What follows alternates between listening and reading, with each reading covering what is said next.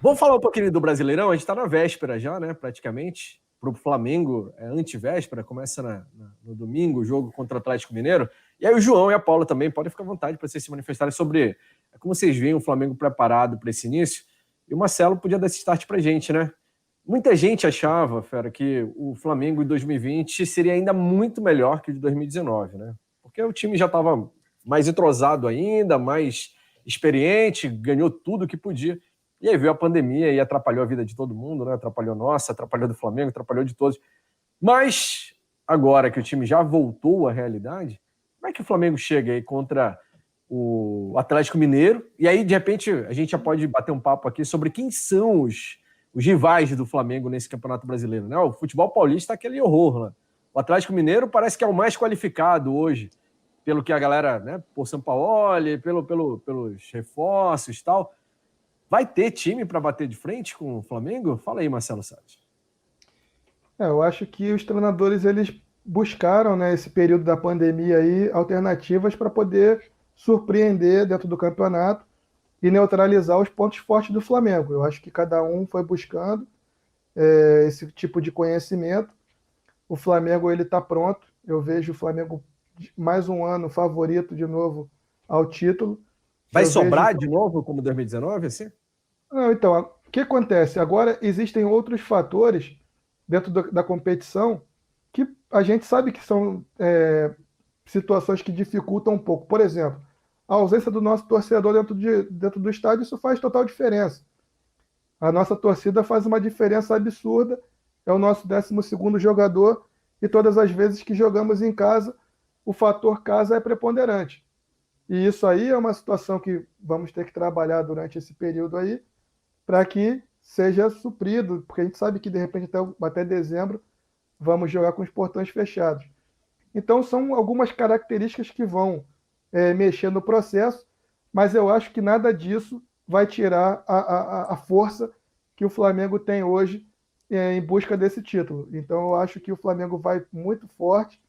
O adversário da estreia é um adversário pesado também, que se reforçou bastante nesse período, trouxe o Mariano, trouxe um jogador venezuelano, um outro equatoriano, trouxe o Marrone aqui do Vasco, o Guilherme Arana também chegou no início. Então são jogadores de também qualidade. O treinador que está lá também é um treinador de muita qualidade. Então a gente vai pegar na nossa estreia em casa uma equipe muito forte, muito bem preparada. Eu não vou falar em relação a placar, mas eu acho que mesmo com essas dificuldades todas que eu falei, às vezes esse torcedor e um adversário muito forte, o Flamengo vai sair vitorioso nessa primeira partida. Dizem que é o jogo de 6 pontos, né? O Atlético Mineiro, o pessoal coloca aí como sendo um dos principais adversários mesmo, as últimas análises que a gente tem acompanhado. João, Paula, para vocês. Não, eu concordo com o que o Fera falou, é um jogo muito. É um jogo bacana para a gente ver, até por conta da presença do Fera, pelos dois treinadores que vão estar à beira do campo. Tem o Sampaoli, que a gente já conhece um pouco do ano passado, do que ele fez no Santos, do Domenech, a gente está querendo saber. Para o Fera, eu acho que vai ser um jogo que ele não vai perder de jeito nenhum, né? Um jogo muito importante assim, para você ver da forma tática. E para a gente ver também como vai ser o Flamengo. O Domenech já falou que ele não vai também mudar tanto, até porque o Flamengo vinha fazendo um bom trabalho, não tem por que ter essa mudança radical. E assim, eu acho que é o principal jogo da rodada, mas eu concordo, eu acho que o Flamengo ganha. O Atlético, querendo ou não, ainda não teve um desafio tão. Na temporada ainda não teve nenhum desafio grande. Esse vai ser o primeiro desafio do time do Atlético com o São Paulo, que já vem trabalhando desde o início do ano. Mas o Flamengo, querendo ou não, teve jogos contra o Fluminense que foram clássicos mais disputados, uma equipe mais fechada, e o Flamengo vai encontrar isso durante toda a temporada, na minha opinião. Os jogadores e os times que forem enfrentar o Flamengo vão respeitar mais, mas é aquilo, vai ser o principal jogo, mas eu confio na vitória do Flamengo e não sei o que a Paula acha. Concordo, também acho que o Fly é bem favorito e tô ansiosa para ver como que o Domi vai comandar essa primeira partida. Também acredito que não tenha nenhuma mudança brusca e quero ver, acho que vai ser um duelo que ninguém vai perder não, independente de time, independente de qualquer coisa, porque são realmente os dois que vão brigar por esse topo aí. Pois é, o Michael Carlos mandou aqui no chat, será o jogo divisor de águas. Se vencer, mantemos o respeito, mas se perdermos, vai gerar dúvidas. Eu não acredito que o Flamengo perca para o Atlético Mineiro, e como a gente já falou aqui, o Fera mencionou, o João Paulo, o Atlético Mineiro se reforçou, né? Levou o São Paulo, trouxe jogadores conceituados, alguns e tal, mas sem querer ser politicamente correto, a gente já falou também aqui em algumas resenhas que os jogadores do Atlético não são também, são bons jogadores, tal, mas não estão no nível, não seriam titulares do Flamengo, por exemplo, né, que tem um time muito, muito, muito qualificado. E, ao mesmo tempo, o Flamengo tem mais rodagem, né? Os caras estão se conhecendo. Eu acredito que o Atlético vai dar trabalho, mas não é agora, na primeira rodada do Brasileirão, né? É lá no segundo turno, os caras vão ter que ter um turno para se conhecer e tal. Teve uma declaração do Everton Ribeiro que me chamou bastante atenção, Marcelo, que ele falou assim, o professor, quando o Jorge Jesus estava ainda, falou que a gente já está jogando de olhos fechados. Por quê? Isso leva tempo, né? Os times, a galera se conhece, está entrosado. Não dá para juntar meia dúzia de reforços e no primeiro mês já jogar de olhos fechados. Não é verdade? Realmente, é complicado. Mas aquilo que eu falei, em relação aos jogadores dele, eles também têm alguns jogadores experientes e tal, o que facilita um pouquinho esse entendimento e encurta um pouco esse tempo de preparação. Nada que atrapalhe nesse primeiro momento, como eu estou falando, de estreia. Então eu acho que o Flamengo ganha, eu acho que a parte coletiva do Flamengo vai fazer diferença por eles estarem jogando há mais tempo juntos, mas é um adversário que ao longo da competição eu acho que a gente tem que estar sempre de olho para não deixar o Atlético desgarrar, porque eu fiz um levantamento sobre os treinadores e só 2 treinadores seguem do Campeonato Brasileiro do ano passado para cá. Então são 18 equipes que mudaram a sua característica de time. Então a gente tem que ficar atento a esses detalhes, porque é um detalhe que pode chamar a atenção de uma equipe ou outra que pode desgarrar no momento e ficar ali incomodando durante um período. Então é sempre bom nos jogos em casa, já como esse agora, estreia um adversário pesado, já começar ganhando, para já botar uma vantagem num momento importante de largar logo no início da competição com vantagem. Você falou sobre... Isso é um dado assustador, né? Só 2 que continuaram do ano passado para cá. Eu trabalhei no início da minha vida profissional, era moleque numa empresa, que todo mês fechava um departamento inteiro, assim, mandava todo mundo embora. Aí ninguém mais trabalhava. O pessoal se reunia no café para falar qual é o departamento que vai fechar da vez, né? Será que esse mês é a gente que vai embora? Será que a gente vai mês que vem? Isso é horrível para quem está trabalhando, né? Porque perde foco, o pessoal trabalha inseguro. É assim a profissão de treinador no futebol brasileiro? Já sentiu isso alguma vez? Tipo, essa instabilidade? Será que a qualquer hora vão mandar embora? Tal? Como é que funciona, Marcelo? Não, tem casos e casos. Quando você atinge um nível da carreira, você trabalha e pensa de uma forma. Quando você está no início da sua carreira, lá atrás, precisando do emprego, você pensa de outra forma. Então, são momentos de carreira que determinam, às vezes, aquilo que você pensa ou a sua filosofia de jogo. Porque, às vezes, você pode pensar o seguinte, eu vou implantar minha filosofia de jogo e pouco importa se eu for demitido ou não, mas o que importa são as minhas ideias. Vou colocar minhas ideias em prática, espero que elas deem certo, e se derem errado, pelo menos eu coloquei minhas ideias em prática. Depende da forma como o treinador pensa. Então, são várias formas de pensar, dependendo da cultura da equipe. Sabe que aquilo que o treinador está fazendo é a coisa certa e vai fazer, e vai manter o treinador, e outros, independente dele estar fazendo a coisa certa ou errada, vão optar pela ruptura do trabalho. Mas é horrível porque, na realidade, a maior parte das análises, a gente está falando de futebol brasileiro de forma geral, é sobre resultado, né? É placar, não é o trabalho do cara. Imagina, eu vejo o Marcelo, conheço o trabalho dele, o mínimo que eu tenho que ter feito é estudar antes o que ele praticou para saber se eu vou contratá-lo ou não. Aí eu gostei, não, é o método que eu espero para o meu time. Vou lá, contrato o Marcelo Salles, trago. Ele começa a fazer isso e ainda não está gerando placar favorável, aí eu vou lá e demito, não está ganhando. Mas eu não sabia que ele trabalhava assim. Não é mais ou menos assim que acontece no futebol brasileiro? De forma geral, né? Não falando de Flamengo agora. Então, por isso que o modelo de gestão hoje tem melhorado bastante hoje. Já foi muito pior isso. Eu vejo um cenário melhor hoje. Ainda não vejo tão ruim. Já foi muito pior. Agora eu vejo que o modelo de gestão hoje dos clubes tem se cada vez mais assim, profissionalizado, vem pessoas mais qualificadas para a função. Hoje, os cursos de gestão que estão sendo proporcionados pela CBF ou pela federação, né, agora dos gestores, a ABEX, a Associação Brasileira dos Executivos. Então, eu acho que os gestores estão se capacitando, se preparando cada vez melhor e eles estão tendo esse tipo de entendimento. Hoje, quando você vai fazer uma contratação de um treinador, você faz uma consulta, você faz algumas perguntas para o treinador, não é só contratar pelo nome, se ele trabalhou aqui ou ali. Então, é cada vez mais importante que as pessoas conversem e saibam que se as suas ideias batem com a ideia da gestão do clube, com a ideia do treinador, para que esse trabalho, que nem nós falamos da amizade, é uma forma de você trabalhar de uma forma harmônica entre os setores, entre a direção do clube e as comissões técnicas, se vocês compactuam da mesma ideia. Aí as coisas tendem a dar mais certo do que se você trabalhar com situações adversas. Claro. Mas deve ser desafiador, né, para o técnico no Brasil encarar toda a situação. A gente fica imaginando, mesmo com toda a evolução que aconteceu, né, conforme você falou.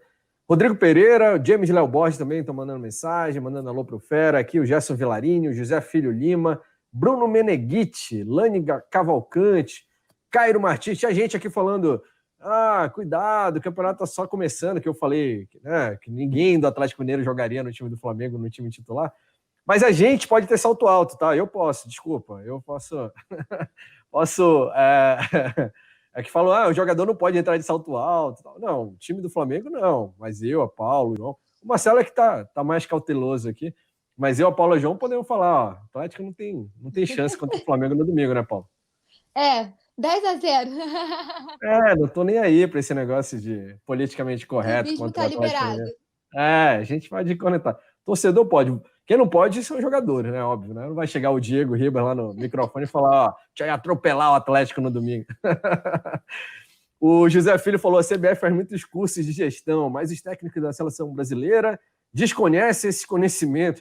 Há muitas críticas, e aquilo que o Marcelo falou antes também, é profissional para profissional, né, Marcelo? Não é onde ele nasce já pronto, assim. Não tem isso, né? Não existe nem dentro do Brasil e nem fora, né? Não tem. Você vai se capacitando ao longo do tempo. Eu hoje me sinto um profissional muito melhor do que eu era em 2009 e tenho certeza que isso acontece com todos os treinadores. Esse período de pandemia, então, o que eu acrescentei nesse período de estudo, de conhecimento, eu aproveitei muito esse período que eu estou em casa para estudar cada vez mais, para cada vez conhecer e ver coisas que eu não tinha visto. Por exemplo, o meu pai ele jogou na seleção de 70 e eu nunca tinha visto a sequência toda da seleção de 70. A gente fala muito da seleção de 70, meu pai me contou muito da seleção de 70, mas eu nunca tinha visto a seleção realmente jogar os 6 jogos da Copa que eles jogaram. Se eu não me engano, foram 6 em 70, não foram 7. Então eu aproveitei para ver e analisar taticamente aquela seleção de 70 por tudo aquilo que o Zagallo me contou em 2001, tudo que meu pai me contou ao longo da vida. Então, foi um período de grande valia para mim, nesse período da pandemia, nessa parte de conhecimento e estudo. Então, a gente cada vez aprende alguma coisa nova, e eu aprendi muito nesse período de pandemia aí, porque eu passei a ver algumas coisas que no dia a dia nós passamos desapercebido e não prestamos atenção em alguns detalhes. Tem algumas perguntas aqui da galera sobre a base, o Vicente Flá, quem mais falou aqui sobre os jogadores da base, o Márcio Williams. O que você destaca ali de moleque que o Flamengo tem? O Flamengo que é conhecido por revelar grandes jogadores, né, grandes joias sempre. O Vinícius Júnior está lá na Europa, né, moleque novinho ainda se destacando. Hoje, quem são os carinhas mais promissores ali que você acha que já daria até para aproveitar no time profissional do Flamengo? Então, a base, o que eu entendo da base? Às vezes, você tem um lateral direito da base muito bom, um exemplo, muito bom, mas a carência do time é de zagueiro. Então, às vezes, o que vai subir não é o bom, é o que necessita para aquele momento. Então, às vezes, fica complicado de você falar de um jogador em especial, porque você vai falar assim, de repente teria que subir o fulano. Mas a oportunidade que acontece é para o outro, que é de outra posição, que é tão bom e tão preparado quanto. Só que na parte da base, na parte de destaque individual, ele até se destaca, mas na parte coletiva é tão bom quanto o outro. Então eu vejo a base do Flamengo hoje como uma base muito forte. O trabalho que o Maurício faz lá é um trabalho muito bom, do Lúdio, do Cadu, da galera toda da base ali. Então o trabalho é muito bem feito e eu tenho certeza que, independente do nome que a gente possa falar aqui ou não, o Flamengo vai ter daqui a um curto espaço de tempo vários jogadores chegando no profissional, vindo da base, pelo trabalho que é feito pelos profissionais que estão ali na base. Então, por isso que eu fico assim de falar um nome ou outro, porque eu acho que são vários jogadores que têm condições de estar na equipe profissional e que cada um no seu momento de maturação ou de oportunidade vão chegar na equipe profissional. É isso, né? Às vezes o moleque não dá sorte de estar justamente numa posição que é bem suprida, né? O Maicon Carlos falou aqui do Ramon, que é um excelente lateral esquerdo, mas dificilmente vai ter oportunidade. A gente vê o Yuri César despontando lá no Fortaleza, mas a posição dele no Flamengo também é muito bem servida, né? Eu vou falar a minha opinião, eu só queria um lateral direito, né? Para fazer sombra ali para o Rafinha, ou para suprir a ausência do Rafinha. O João Carlos não parece ter vingado, o Mateuzinho parece ainda estar cru e tal. E, estão falando do Rodrigo Muniz, é outro exemplo, o Maicon Carlos, realmente, que o moleque é bom demais, mas vai... Não, são vários exemplos. No lugar do Gabigol? Nomes. Não dá para tirar o Gabigol e botar o Rodrigo Muniz, né?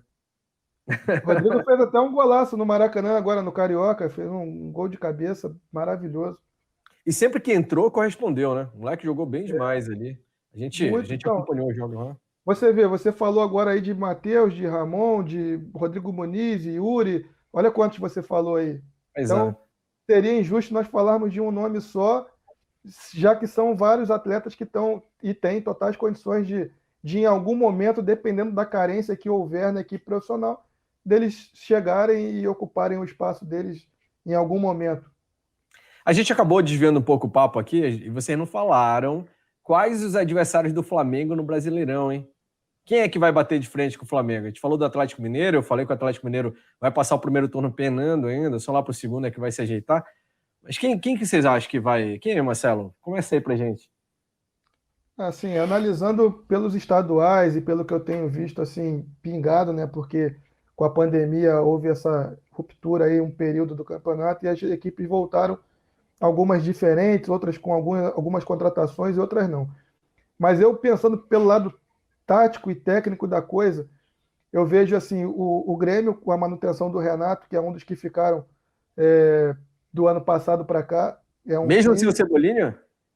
Mesmo sem o Cebolinha, porque tem o PP que está vindo na crescente também. Então é um jogador, e também tem os reforços que até segunda-feira a janela está aberta, depois ela fecha e abre em outubro.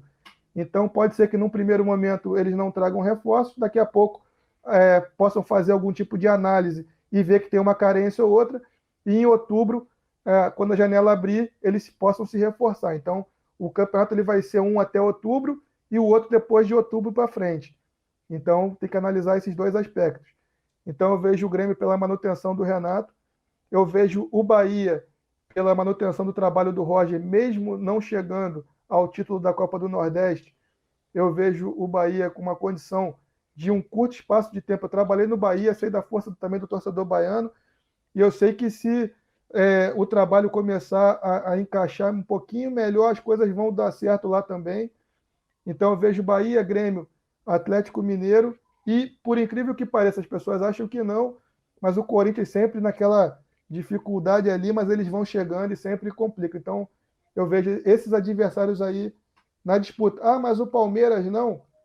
O Palmeiras a gente vai ver na página 2. Eu também acho, hein? E a gente está acostumado a ver os times de São Paulo lá na briga, né? Sempre na frente e tal. Mas estão numa situação que fazia tempo que a gente não via, né? O Corinthians é encardido, assim que você falou, mas esse ano tá feio, né? O futebol do Corinthians. O Palmeiras perdeu o Dudu. Eu falei do Cebolinha no Grêmio, o Palmeiras perdeu o Dudu, que era o principal jogador, né?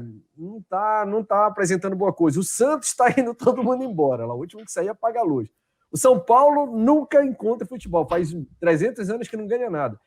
Eu acho que esse ano vai ser um dos piores anos para os paulistas. Eu aposto mais que o Bahia mesmo, que você falou. Vai fazer um campeonato melhor. pela organização, né? Pelo que o clube tem apresentado, pela continuidade do trabalho, do que os paulistas mesmo. Né, Paula? Eu concordo. E acho, a gente já falou da Cebolinha e do Dudu. Eu acho, inclusive, que o Palmeiras perde bem mais, porque perde o seu principal jogador, se a gente fosse comparar. Então, também acho o Grêmio uma pedra no sapato. O Cebolinha, eu acho que tem mais peças para você repor. O Dudu era a cabeça pensante, né, do grupo do Palmeiras. A gente vai ter que ver como que vai ficar isso daqui para frente, mas acredito que nesse começo não seja um problema. Então, para mim também, Grêmio, Atlético Mineiro e o Bahia, espero que sejamos surpreendidos. Acho que tem potencial. O futebol paulista é sofrível. Aquele Corinthians e Palmeiras foi de sangrar os olhos. Pois é, né, João? Eu concordo. Um time que eu tô vendo um pouco mais por conta do último clássico agora que teve foi o Internacional com o Kudê. Eu vi alguns jogos, eles estão tentando encaixar, mas é o que a gente fala, o Fera falou também, tem que ter um pouco de paciência, mas que no futebol brasileiro essa palavra não O existe problema é que lá não praticamente. tem quem sabe Mas eu fazer acho que é gol, um né, time que João? pode... O cara que tá lá só chuta pro lado, não sabe chutar pra frente. A gente pode Não, cornetar, o pior tá, é- Marcelo? A gente pode. Não, mas eu acho que é um treinador que está tentando plantar a ideia dele de jogo. É um que pode sim, mas eu concordo que os times paulistas estão numa fase que a gente não via há muito tempo. Se a gente fosse conversar, por exemplo, há 2 anos, certeza que estaria Palmeiras, estaria Corinthians, e hoje a gente não vê mais esses dois times como favoritos, eu diria.